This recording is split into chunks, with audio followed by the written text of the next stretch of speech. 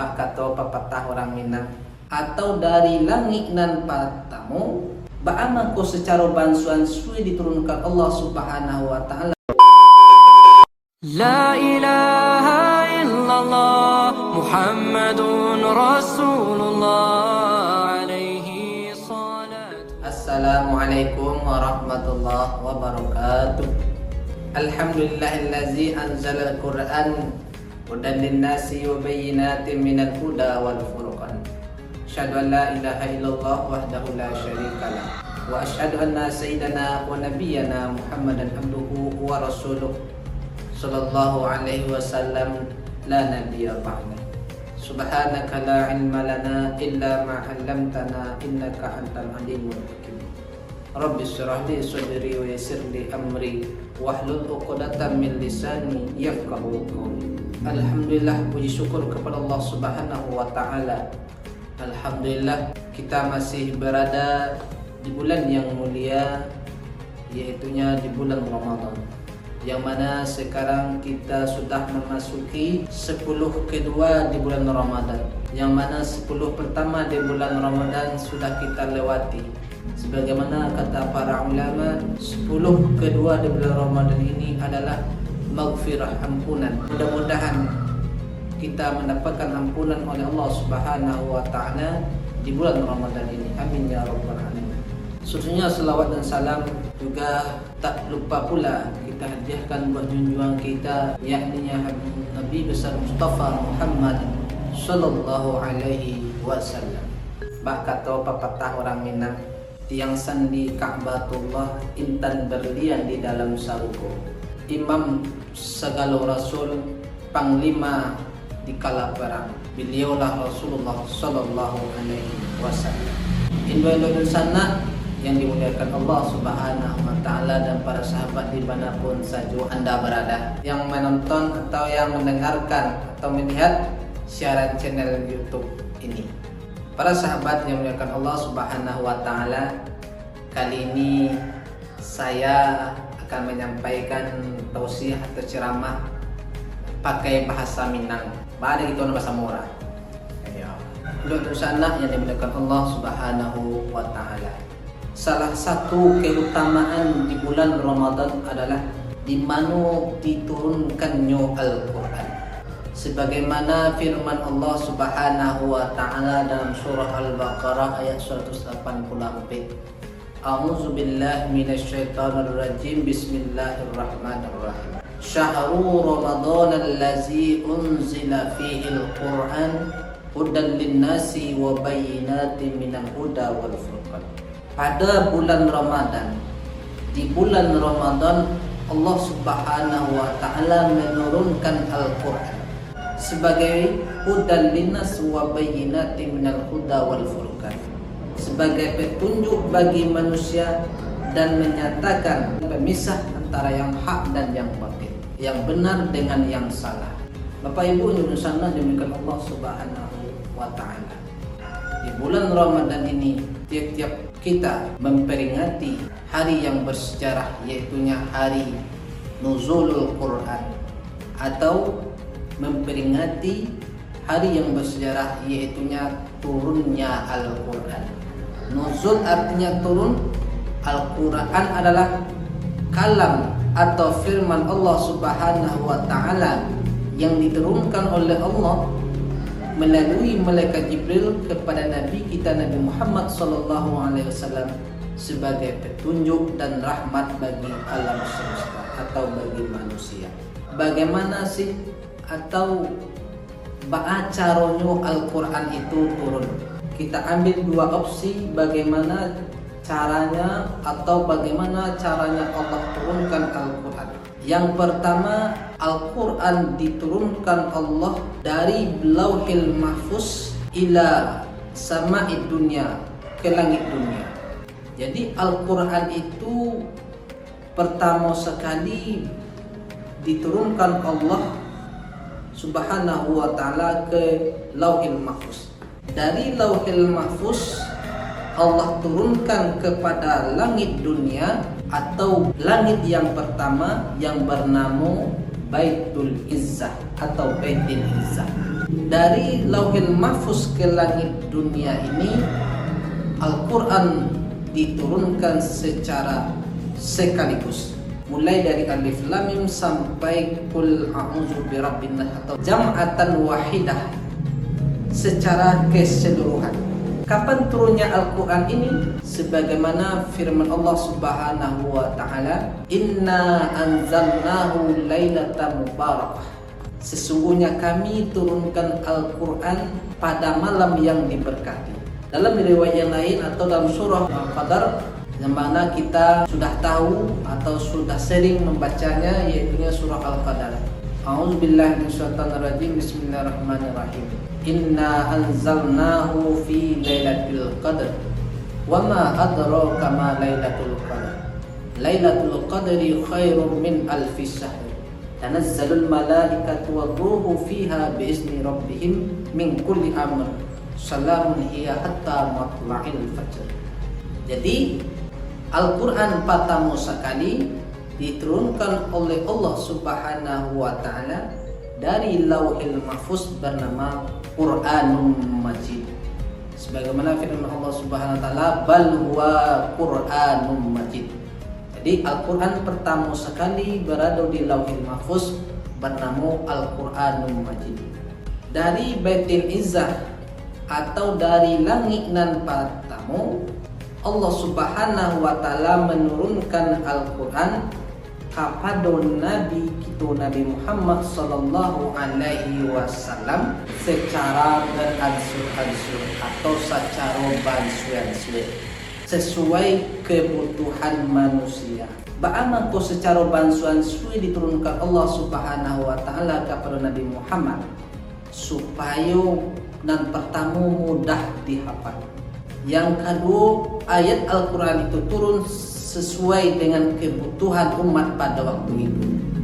Ada ayat Al-Quran yang turun seperti wahyu yang diturunkan oleh Allah melalui malaikat Jibril selama kurang lebih 23 tahun. 22 tahun kata para ulama, kira-kira 23 tahun atau 22 tahun 2 bulan 23 hari digenapkan menjadi 23 tahun.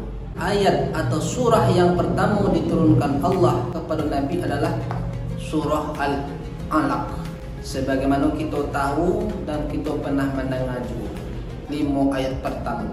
Sewaktu Nabi Muhammad beruzlah atau bersunyi diri ke Gua Hira, saat itulah malaikat Jibril membawa wahyu yang pertama, yaitu surah Al-Alaq.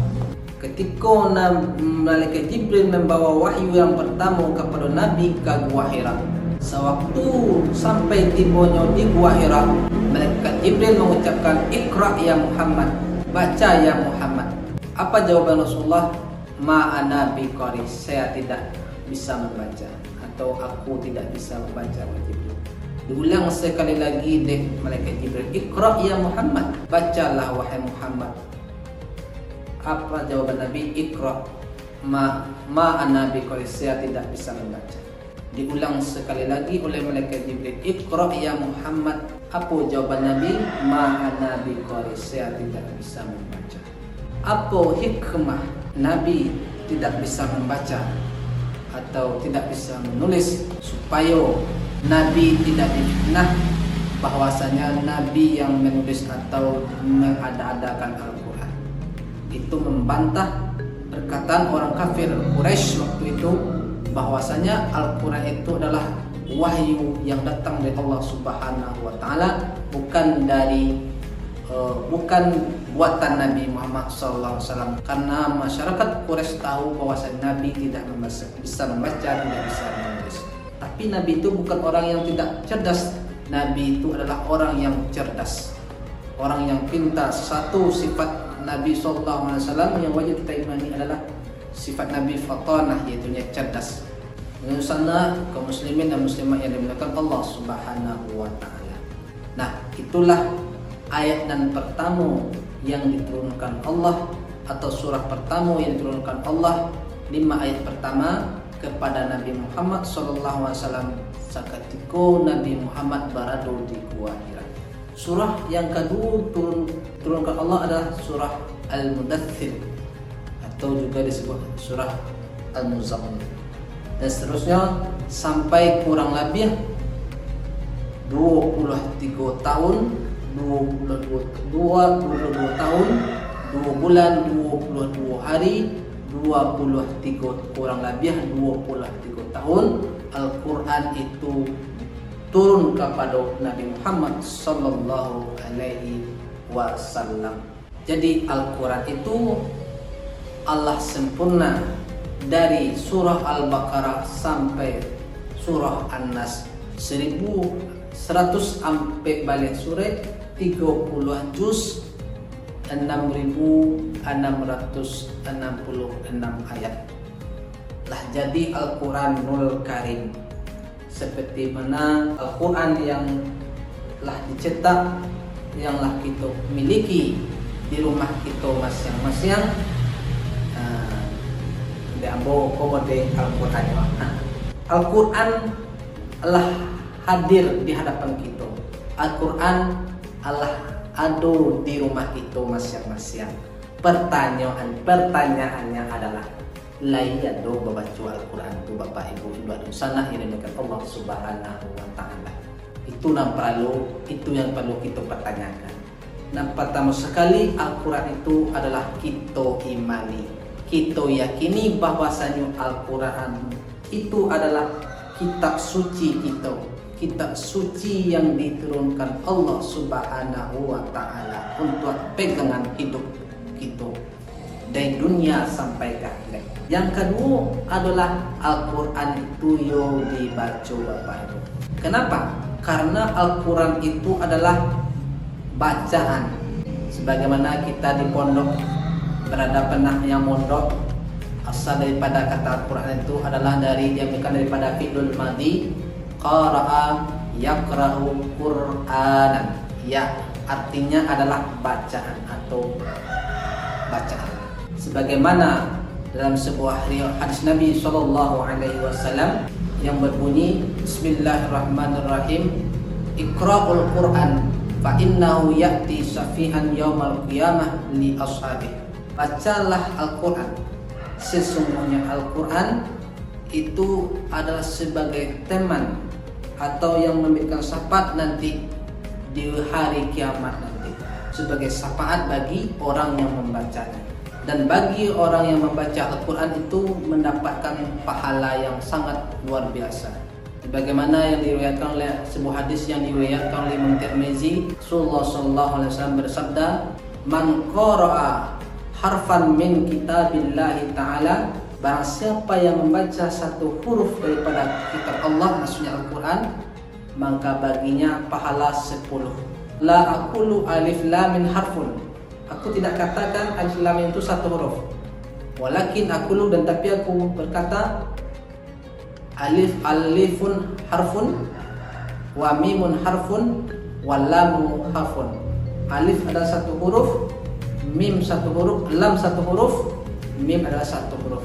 Jadi kita sudah membaca 3 huruf yang pahalanya 30. Apalagi Al-Quran itu kita baca satu ayat itu dah berapa huruf, satu halaman, apalagi satu juz. Begitu besar pahala bagi orang yang membaca Al-Quran. Dan ada juga perkataan ulama menurut Imam Abu Musa Al-Ash'ari, beliau berkata, perumpamaan orang mukmin yang membaca Al-Quran itu seperti buah jambu. Kenapa? Yaitunya baunya harum, rasanya enak. Itu orang mukmin yang membaca Al-Quran. Dan orang mukmin yang tidak membaca Al-Quran seperti buah korma. Baunya tidak ada, tapi rasanya enak. Dan perumpamaan orang fasik yang membaca Al-Quran atau orang munafik yang membaca Al-Quran seperti buah raihana. Rasanya enak tapi tidak ada baunya. Dan perumpamaan orang fasik yang tidak membaca Al-Quran seperti buah labu. Baunya tidak ada, rasanya juga tidak enak. Itu menurut kata para ulama. Indonesia, Bapak Ibu kaum muslimin dan muslimah yang dimuliakan Allah Subhanahu wa taala, itulah sejarah singkat turunnya Al-Qur'an dan keutamaan membaca Al-Qur'an. Itulah yang dapat Ana Al-Fakir sampaikan. Terima kasih atas segala perhatian. Mohon maaf atas segala kekurangan dan kekhilafan. Subhanallahi wa bihamdika asyhadu an la ilaha illa anta astaghfiruka wa atubu ilaik. Wassalamualaikum warahmatullahi wabarakatuh.